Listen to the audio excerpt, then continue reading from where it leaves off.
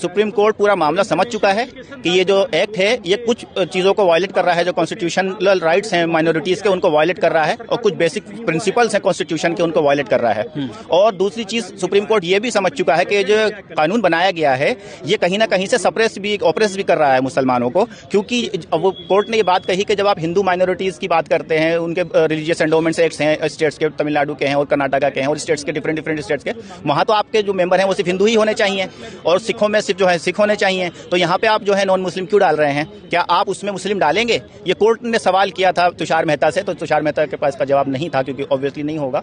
दूसरा चीज कोर्ट ने ये कहा कि जो वक्फ बाय यूजर की आप बात कर रहे हैं कि जिसके पास रजिस्ट्रेशन होगा, जो रजिस्टर्ड है वो ही जो है वक्फ रहेगा। लेकिन मान लीजिए 300 साल पहले 400 साल पहले कोई जो ना वहां पर रजिस्ट्रेशन एक्ट था, किसी ने कर दिया, अब वो रजिस्टर्ड कैसे होगा? वो ऑनर तो मर चुका 400 साल पहले, वो तो खत्म हो गया। पेपर क्या मांगेंगे आप रजिस्ट्रेशन के लिए? किससे मांगेंगे और रजिस्टर्ड करने वाला पर्सन कौन होगा? तो इसका जवाब तुषार मेहता के पास नहीं था। तो उसके बाद कोर्ट ने ये कहा कि देखिए ये एक्सेप्शनल केस है, हालांकि जब कोई पार्लियामेंट एक्ट पास करती है, लेजिस्लेचर एक्ट पास करता है तो हम उसको स्टे नहीं करते हैं court generally, but in exceptional conditions, और this is an exceptional condition, तो हमें यहाँ पर इसको जो है स्टे करना पड़ेगा, कुछ इंटरिम रिलीफ देना पड़ेगा ताकि जो है कुछ गलत चीजें हैं उसको इंप्लीमेंट ना किया जाए। वो 3 चीजें कोर्ट ने मेनली बताई कि क्या हम इंटरिम ऑर्डर पास कर रहे हैं। पहला सुप्रीम कोर्ट ने मान लिया है कि मतलब गलत कानून हुआ है कुछ। जी कुछ गलत है इसके अंदर। देखिए कुछ चीजें अच्छी भी हैं और कुछ चीजें गलत भी हैं। हम अच्छी चीजों को तो हमने कुछ कहा ही नहीं, हमने तो जिस चीज पे ऑब्जेक्शन था वही हमने कोर्ट के सामने रखा। पहली चीज कोर्ट ने ये कहा कि भाई पहला जो नेचर है वो चेंज नहीं होगा, किसी भी प्रॉपर्टी का नेचर नहीं चेंज होगा। नेचर यानी कि जो वक्फ प्रॉपर्टी है, चाहे वक्फ बाय यूजर है या चाहे रजिस्टर्ड है,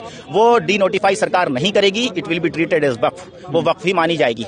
दूसरा कोर्ट ने ये कहा कि जो कलेक्टर अपॉइंट आप कर रहे हैं वो आप कर लीजिए इसके नए एक्ट के अंदर, लेकिन ही कैन एक्ट ओनली जब हमें एप्लीकेशन देगा और हम परमिशन देंगे उसको केस देख के। मैं ये कहा कि जो आपने कहा है कि नॉन मुस्लिम हो सकते हैं, कि सिर्फ एक्स ऑफिशियो तो आप किसी भी रिलीजन का रख लो, लेकिन जो बाकी मेंबर्स होंगे वो they should be only Muslims. ये हमारा इंटरिम ऑर्डर है and now we are going to dictate it. तो जब तुषार मेहता ने कहा कि नहीं जनाब हमें सुन लो, ये काफी उन्होंने रिक्वेस्ट करी, तो कोर्ट ने कहा ठीक है अभी हमारे पास टाइम नहीं है, तो कल हम सुनते हैं फिर आपको थोड़ा सा। तो हमने कहा आप इनको सुनेंगे तो फिर हम भी कुछ नए आर्गूमेंट्स लेकर के आएंगे। पक्ष चाह रहा है कि स्टे ना मिले, आपको लगता है? एग्जैक्टली, बिल्कुल, तभी तो, वरना तो आज तो कोर्ट डिक्टेट कर रहा था इस इंटरिम ऑर्डर।